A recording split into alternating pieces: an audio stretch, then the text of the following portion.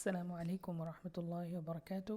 الحمد لله رب العالمين والعاقبة للمتقين ولا عدوان إلا على الظالمين، وأشهد أن لا إله إلا الله وحده لا شريك له، وأشهد أن محمدا عبده ورسوله صلى الله عليه وسلم।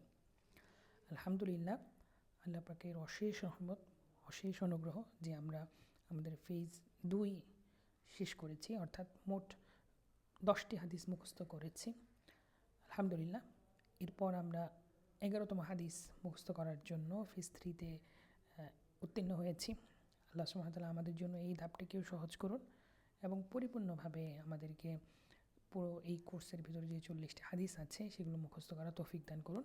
তো আমরা প্রথমেই বরাবরের মতো সেই হাদিসটির কথা স্মরণ করতে চাই যে হাদিসে বলা হয়েছে, আমাদেরকে সুসংবাদ দেওয়া হয়েছে যে মান হাফিযা আলা উম্মতি 40 হাদিসাম মিন আমরি দীনিহা বা'আথাহু আল্লাহু ফাকিহান আলিমান ইয়াউমাল কিয়ামা। অর্থাৎ যে ব্যক্তি 40টি হাদিস মুখস্থ করবে, কিয়ামতের দিন আল্লাহ সুবহানাহু ওয়া তাআলা তাকে ফকিহ আলেমদের সাথে পুনরুত্থিত করবেন, তাদের দলভুক্ত করবেন ইনশাআল্লাহ। তো আজকে আমরা যে হাদিসটি মুখস্থ করতে চাই খুবই গুরুত্বপূর্ণ একটি হাদিস, আমাদের কাজে লাগবে ইনশাআল্লাহ। তো এই হাদিসটি একবার পড়ছি আমি। আন আবি উমামা রাদিয়াল্লাহু আনহু قال سمعت رسول الله صلى الله عليه وسلم يقول اقرأوا القرآن فإنه يأتي يوم القيامة شفيعا لأصحابه رواه مسلم। তাহলে আমাদের মূল হাদিস এতটুকু যে ইকরাউল কুরআন ফাইন্নাহু ইয়াতি ইয়াউমাল কিয়ামা শাফিআন লিআসহাবিহি। অর্থাৎ এটা হচ্ছে যে তোমরা কোরআন তেলাওয়াত করো, কেননা কোরআন তার পাঠকারীর জন্য কিয়ামতের দিন সুপারিশকারী হবে, অর্থাৎ সাক্ষ্য প্রদান করবে। কিয়ামত বলবে যে হে আল্লাহ, সে আমাকে আনা আল্লাইলি আনা আন-নাহার, দিনের বেলা রাতের বেলা সবসময় তেলাওয়াত করতো, তাহলে আপনি তাকে মাফ করে দিন।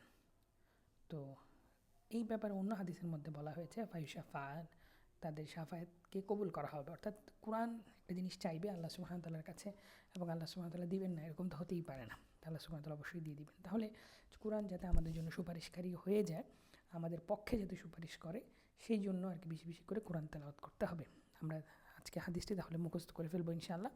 তো প্রথমেই আমরা যদি বলি যে আমাদের হাদিসে বর্ণনা করেছেন কে, উমামা রাদিয়াল্লাহু তাআলা আনহু বা আবু উমামা রাদিয়াল্লাহু তাআলা আনহু। আবু উমামা রাদিয়াল্লাহু তাআলা আনহু উনি হাদিসটি বর্ণনা করেছেন যে রাসূল সাল্লাল্লাহু আলাইহি ওয়াসাল্লাম কি বলেছেন, ইকরাউল কুরআন, এটা নিচে একটি জের হবে, ইকরাউল কুরআন ইকরাউল কুরআন ইকরাউল কুরআন ফাইন্নাহু ইয়াতি ইয়াউমাল কিয়ামা, কিয়ামতের দিন শাফিআন লিআসহাবিহি, শাফিআন লিআসহাবিহি, বিহিও বলা যাবে, বিহ এটাও বলা যাবে, শাফিআন লিআসহাবিহি। তাহলে আমরা যদি বলি যে ইকরাউল কুরআন ইকরাউল কুরআন ফাইন্নাহু ইয়াতি ইয়াউমাল কিয়ামাতি শাফিআন লিআসহাবিহি। তাহলে হাদিসটির দুইটি অংশ আমরা যদি অর্থ দিয়ে বোঝার চেষ্টা করি, ইকরাউ পড়ো, যেমন আমরা পড়েছি যে ইকরা বিসমি রাব্বিকাল্লাযী খালাক, এটার অর্থ আমরা সবাই করি যে পড়ো তোমার প্রভুর নামে যিনি তোমাদেরকে সৃষ্টি করেছেন। তো সেই শব্দটাই বহু বচনে, ইকরাউ তোমরা পাঠ করো, ইকরাউ তোমরা পাঠ করো, তেলাওয়াত করো। ইকরাউ আমাদের মুখস্থ, কি আমরা তেলাওয়াত করব, কোরআন তেলাওয়াত করব। তো ইকরাউল কুরআন একদম সহজ একটি বাক্য, ইকরাউল কুরআন ইকরাউল কুরআন ইকরাউল কুরআন, তোমরা কি করো, কোরআন তেলাওয়াত করো, কোরআন পাঠ করো। তাহলে হাদিসে যে অংশটা আমরা দেখতে পাচ্ছি যে কোরআন পাঠ করতে বলা হয়েছে, সেটা কি ইকরাউল কুরআন, ইকরা মানে তুমি একজন পড়ো, আর ইকরাউ তোমরা সবাই মিলে পড়ো, তাই না? এখানে বলা হচ্ছে ইকরাউ তোমরা পড়ো, মানে একটা সামষ্টিক একটা আদেশ দেওয়া হচ্ছে, নির্দেশ দেওয়া হচ্ছে।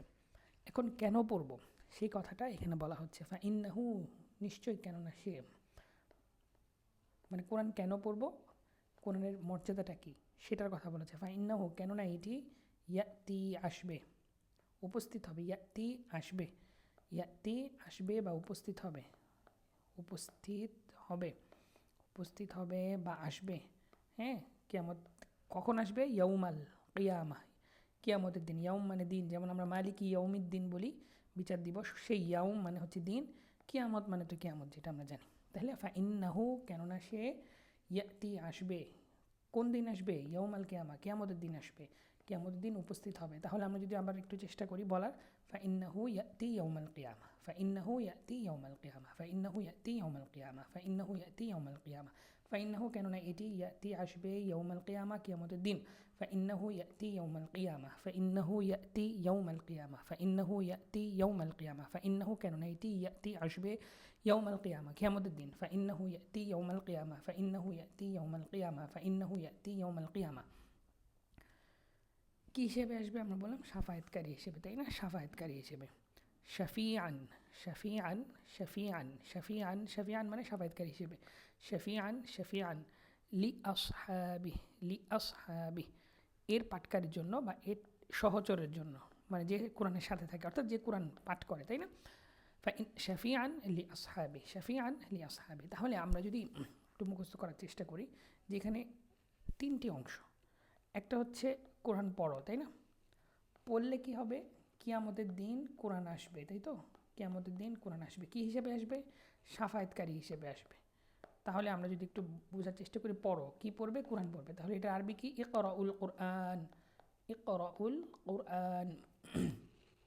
কেননা কিয়ামতের দিন সে আসবে।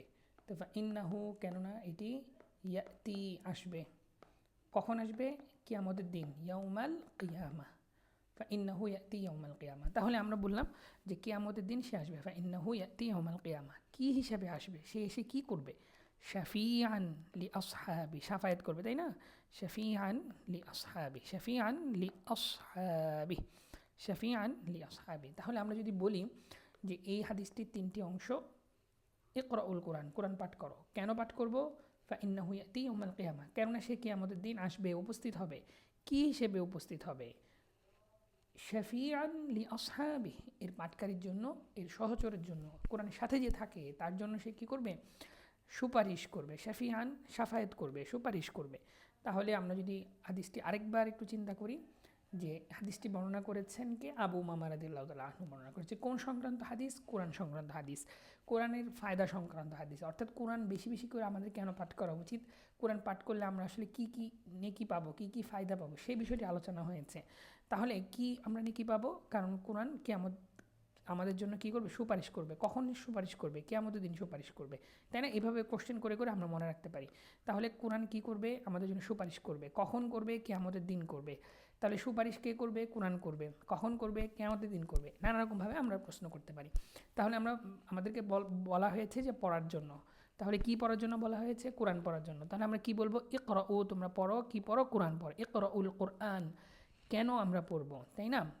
সে আসবে কিয়ামতের দিন। ফাইন্নাহু ইয়াতি আসবে ইয়াউমাল কিয়ামা, কিয়ামতের দিন আসবে। ফাইন্নাহু ইয়াতি ইয়াউমাল কিয়ামা, ফাইন্নাহু ইয়াতি ইয়াউমাল কিয়ামা, কী হিসেবে আসবে? শফিআন লি আসহাবি, শফিআন লি আসহাবি, শফিআন লি আসহাবি, সে তার পাঠকারীর জন্য, সে তার সহচরের জন্য শাফায়েতকারী হিসেবে আসবে। তাহলে আমরা যদি বলি, আন নবী উমামা রাদিয়াল্লাহু আনহু, তিনি বলেছেন, ক্বালা রাসূলুল্লাহ সাল্লাল্লাহু আলাইহি ওয়াসাল্লাম, ইকরাউল কোরআন ফাইন্নাহু ইয়াতি ইয়াউমাল কিয়ামাতি শফিআন লি আসহাবি, فإنه يأتي يوم القيامة شفيعا لأصحابه।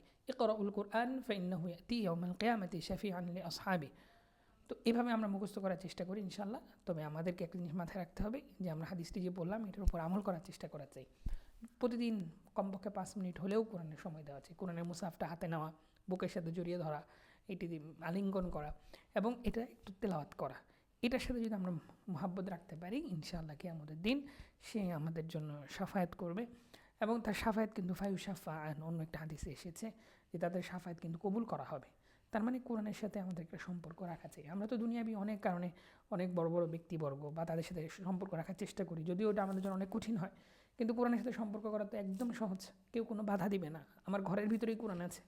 তো এই জন্য কোরআনের সাথে একটা সম্পর্ক তৈরি করা চাই, যাতে যেই রোজ হাসরের ময়দানে আমরা কঠিন পরিস্থিতির মধ্যে পড়ে যাব, তখন কোরআন কিন্তু আমাদের পাশে দাঁড়াবে ইনশাআল্লাহ। তো আল্লাহ সুবহানাহু ওয়া তাআলা আমাদেরকে তৌফিক দান করুন এবং কোরআনের সাথে লেগে থাকার তৌফিক দান করুন। ওয়া আখিরু দাওয়ানা আলহামদুলিল্লাহি রাব্বিল আলামিন।